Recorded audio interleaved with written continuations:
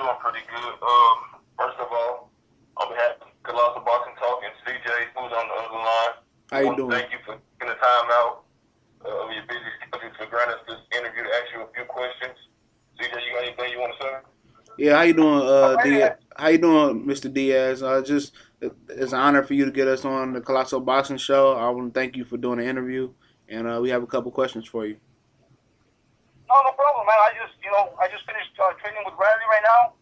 I'm done. I'm done with him for the day, and I'm headed to my other gym to train the rest of the fighters. All right. Well, we're about to start off. We're about to introduce ourselves, and then we're going to introduce you to our people on YouTube and all around the internet. So, I'm about to start off right now. What's up, YouTube? It's your boy Jarrell coming to you from Colossal Boxing Talk. This is your boy CJ Goodfellow coming from you from Colossal Boxing Talk. And we're here with a special guest, top trainer, Timothy Bradley. You know, Julio Diaz's Joe Diaz Sr. How you doing today, bro? I'm doing great, guys. Thank you, man. And good morning. It's a pleasure being here with you guys. Same here. First question, we want to start off with what's next for the, excuse me if I mispronounced the name, the Magdaleno brothers? You know, I just had a talk with their manager yesterday. I have Jesse Magdaleno scheduled to fight October 25th in Fresno. Okay. And I know he's fighting for a junior title. We're trying to push Jesse to get that exposure out there on the big network. That kid right there he's an up and coming fighter. He's a superstar in the making. But you know, I just talked to his manager and telling him he needs more activity because you know just fighting here on UNMS, you know, on non-televised fights. You know, that kid really needs some exposure so that people can know what kind of a fighter he is, and people start getting to recognize him. Yeah, he's definitely a top talented fighter. I've seen him. He's explosive. So hopefully he gets back, you know, consistent with his fights, and hopefully he's on a big network sometime soon. CJ? Yeah, that's what we're looking forward to. Yeah, Mr. Diaz. I was wondering, were you still training MMA fighter Cub Swanson, and how did that come about? Yes, I am training Cub Swanson. You know, this kid came to me like 5, almost 6 years ago.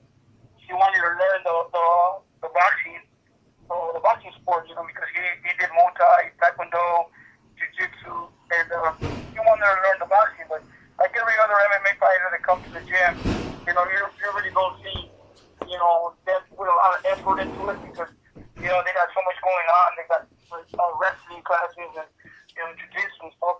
But when Cub Swanson came to me, he really told me that he was determined to learn. And he was at the gym every day, and gradually he became one of the best fighters I have, even in the boxing sport. Because at one point I didn't have sparring for some of my fighters, and he stepped to the plate and said, "Coach, you know, I'm here to help." When my brother Antonio was getting ready for one of his fights, Cub Swanson was his sparring partner through the whole camp, and as well as my brother Julio when he was training for a fight. There was nobody in camp at the moment, and Cub Swanson was the sparring partner to the whole camp as well. And that's how he improved on his craft. He became a better boxer. Now he comes to the gym and he spars with every fighter that I have, and you know he does really good. He's still in the learning process. So is this something you continue to look into, you know, training MMA fighters in boxing, or is it just something he came out and seeked you, or are you looking to, you know, help develop the boxing aspect of mixed martial arts around the world? You know, the MMA business is a great business. You know, I have a lot of respect for the MMA fighters. You know, I'm not really looking into recruiting MMA fighters into my sport. But if they come to me and they need the help to better their craft, I would definitely, you know, work with them like I did with Cub Swanson. You know, right now, Cub Swanson is the only fighter that I work, you know, with as far as MMA. And, you know, he's also a coach. He coaches a class. He has his own gym. Mm-hmm. And the majority of his fighters, and one of them is his brother Steve, you know, they come they train boxing here with us. My brother Antonio trains his brother as well. So, the majority of these fighters also are part of my team. They come to my club and they train here as well. Okay. We got to talk about your top fighter, Timothy Bradley Jr. He was last seen in a rematch with Manny Pacquiao. It didn't go his way. Could you talk about what went? I mean, everybody saw Tim Bradley fight the first 5 rounds, and that was his strategy to beat Manny Pacquiao. Not let him sit. Always keep him tense. Keep moving on him, make him, and that's what he was doing until he came about with an injury on his right leg, and then he complained a little bit, but we had no other choice. We were already there. Like I told him, hey, we're already here. I mean, when that injury occurred during the fight, what we did was we threw the game plan away and we just decided to fight. We fought the rest of the rounds. He didn't show much of the injury, but things happen and it's over. But you know what? At the same time, sometimes it's better to lose that way than to win the way you won the first time. I mean, we get a lot more love now from people after he lost than we did when he won.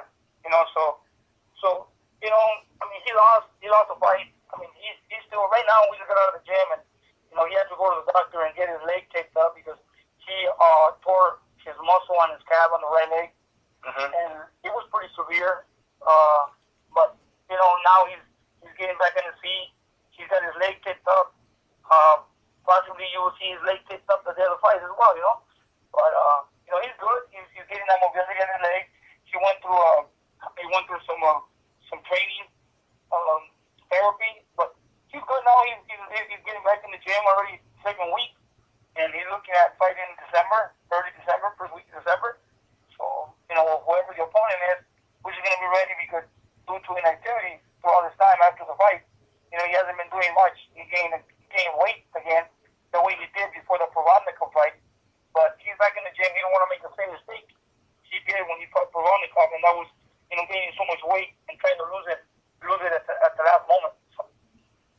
Yeah, so speaking of it, you said he's scheduled to return the first week of December. I know his name has been mentioned as a possible opponent for Miguel Cotto. I don't know how likely that is because he's a small welterweight, and they will be asking him to skip over junior middleweight to move up to middleweight. Is there something y'all have been approached by, from Bob Arum in Top Rank? That was a deal. That was something they talk about.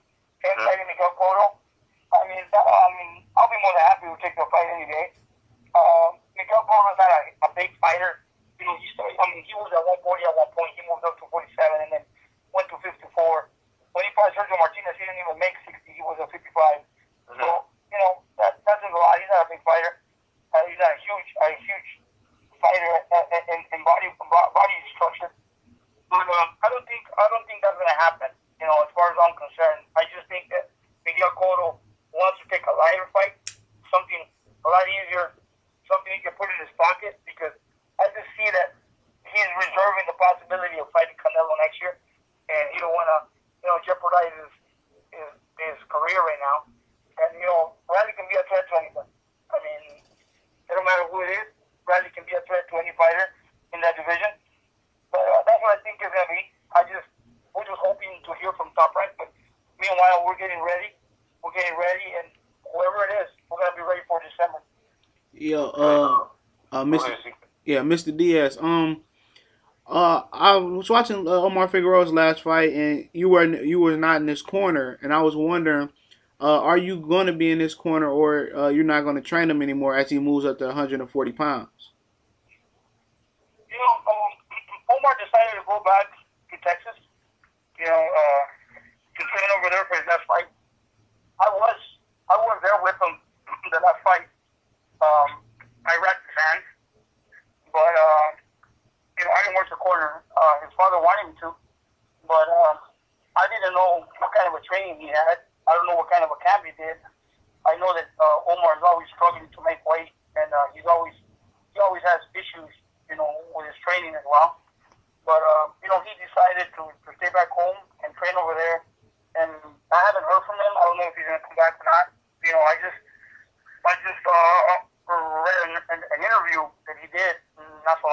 saying that I think he's gonna train with his father from now on. But I wish him the best. This is a time where things come to. I did the best I could. Put my work and effort. Gave him all I could give him.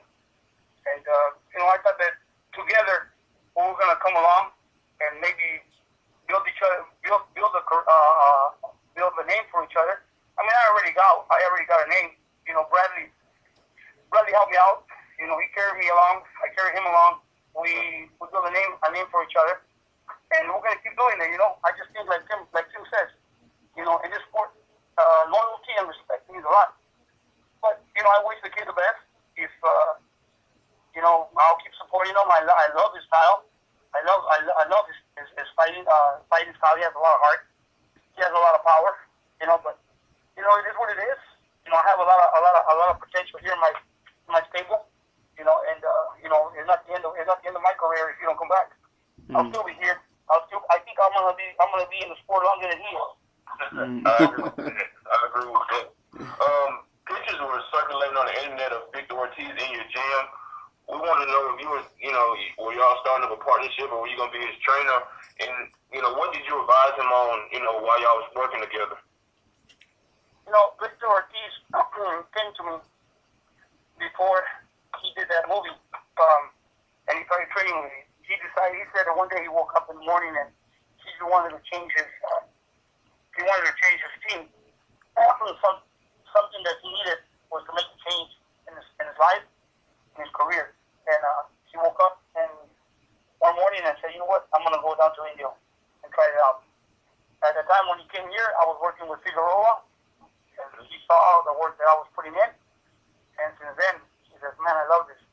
I put him through hell in a few weeks that he was here with me. And, as far as I learned from him, is that kid likes to work. And everywhere else he was, at least that's the way he made me feel, that he was the boss. He would run his own show everywhere he was. And here with me, I run my show. I'm the trainer here. I'm the boss. And go ahead. So is it official that you will be training him in his next fight, or is that's still something like being talked about? He's in camp already. Oh, okay. He should be walking in the gym in the next 30 minutes. He's already here. He has a schedule of fight in October.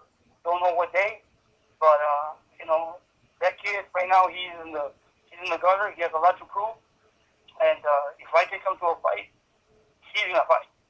Okay. I'm not here to waste my time, and I'm not here to waste anybody's time. So that being said, whenever he gets here, I'm gonna put him through hell. And if he can go to camp with me, he can go to a fight. The fights are easy. The training is the hardest part. Welterweight Keith Thurman recently made a comments about Timothy Bradley, saying he would love to make a statement by knocking Timothy Bradley out in the welterweight division. What are your takes on Keith Thurman and a possible fight with Tim Bradley, if that can ever come to fruition? As a trainer and as a fan, I would like to see the best fights out there, the best possible match fights. And if that's the case, then I would love to see a Tim Bradley and a Keith Thurman fight.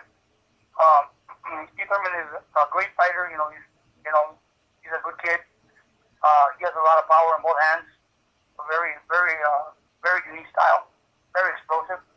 And if that would become to an agreement, that would be great. That's the fight that people want to see. We want to see a Keith Thurman trying to knock out a Tim Bradley. That would be great. That would make it an exciting fight. That would be a fight that people would like to see. I definitely agree with you. We all know that your son Joel Diaz Jr. is a hot up and coming prospect, and we know that he's trained by Abel Sanchez. But have you advised him in any way throughout his young career? A lot of people always get that confused. Joel Diaz Jr. is not my son. Oh, he's not? My son, his name is Joel Diaz Jr. as well, but he's still an amateur. He's not a pro yet. Joel Diaz Jr., that kid, the professional kid that Abel Sanchez is training, He's not my son. He's just a friend. And as a matter of fact, it's just a coincidence that his father is named Joel Diaz as well. Obviously, he's a junior. But a lot of people always, direct to me as far as, thinking that he's my son when he's not. Oh, okay. Thank you for clearing that up, because I definitely did not know that. So, would Tim Bradley be interested in rematches with Ruslan Provodnikov, or maybe a third bout with Manny Pacquiao? Tim Bradley is a fighter that, he's willing to fight anybody.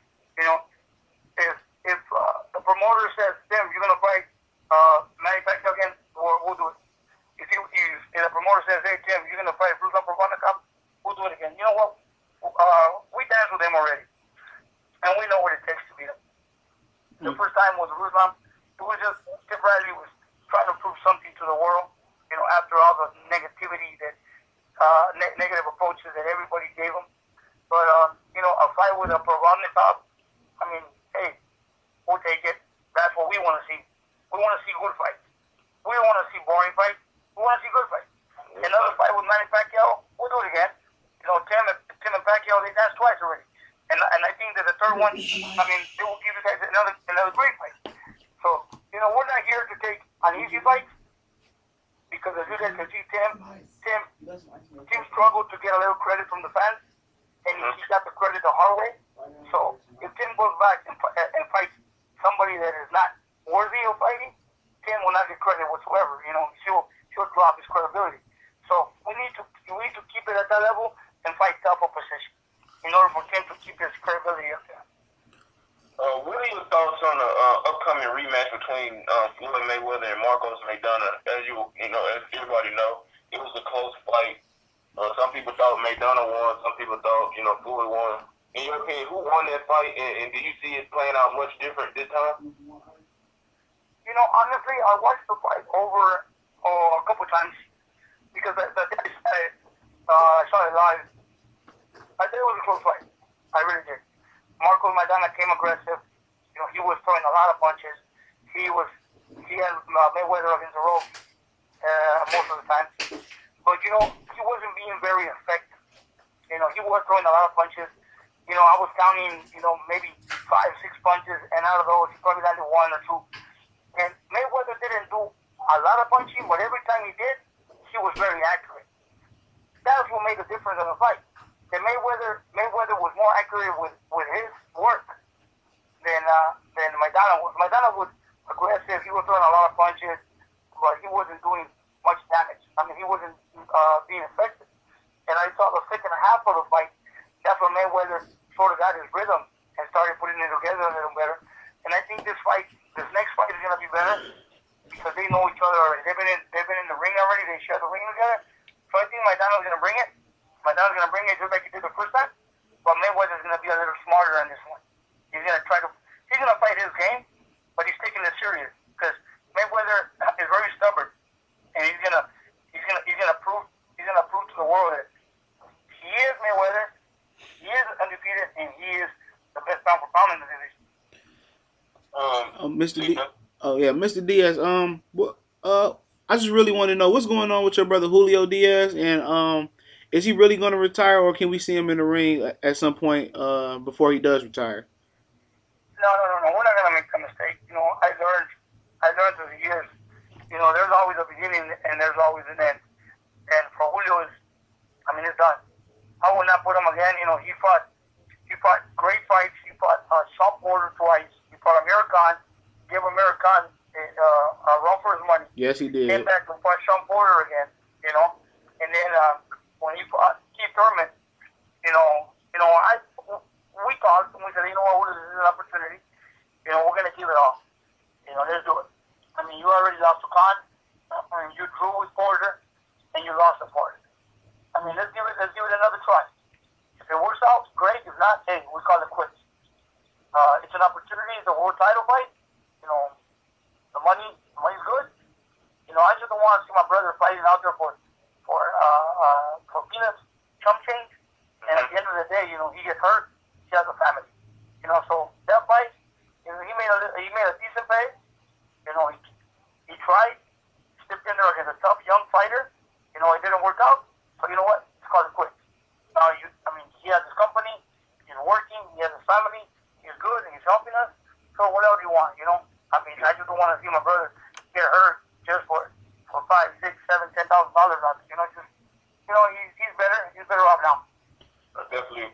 definitely agree with that one. I have one more question. Can I get this question out? This is my last question to Mr. Diaz. What are your thoughts on Chris Algieri versus Pacquiao? That's it's a big fight coming up, and that's one of the fights I'm very excited to see. And it has a big size differential. And how do you see that fight playing out? I see Algieri surprise everybody when he fought Russo. Okay, and I'm not gonna tell you he's gonna surprise the world against Pacquiao, but he just doesn't have the power to hurt Manny. And I just think that he is a fighter that has great boxing ability. He's got reach. He's a little taller. He can give Manny Pacquiao some problems, but Manny Pacquiao eventually, his speed and power will eventually catch up to Algieri. Okay.